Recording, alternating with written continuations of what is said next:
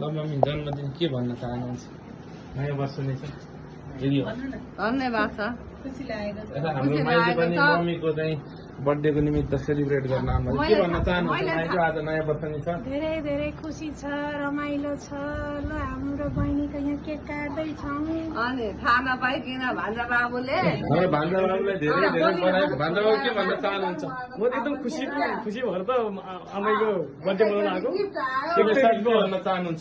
धेरै शुभकामना छ उहाँलाई नयाँ वर्षको पनि जन्मदिनको पनि सानी पनि आएकी छ सानी के भन्न चाहन्थे म यही थिएँ आएको होइन मम्मीलाई जन्मदिनको धेरै धेरै शुभकामना यो पनि आएको छ अब सबैलाई नयाँ वर्षको शुभकामना साथै मम्मीलाई आज पर्न गएको जन्मदिनको धेरै शुभकामना उत्तरोत्तर प्रगतिको कामना निरोगी हुनु खुसी हुनु सुखी हुनु अब मम्मीलाई अब केही दुई चार शब्द खुसी हुनु भनेको सन्तान खुसी भयो योजना गर्ने भाइलाई केही भन्न चाहनुहुन्छ भन्न चाहनुहुन्छ भान्जा बाबु दिनेशको भान्जा हाम्रो पनि भान्जा बाबु भन्ने गरेका छ उनीहरूले ल्याएर मलाई रमाइलोसँग मनाइदिएका छन् बर्थडे गिफ्ट ल्याएर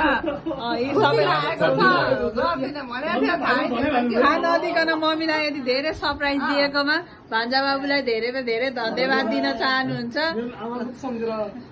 आमाको माया लाग्छ त्यही भएर आमाको बर्थडे मनाउनु पाएन मिलेन सबै आमालाई त्यो ल भान्जा बुवालाई के भन्नु छ ल बुवा भिडियो भइरहेको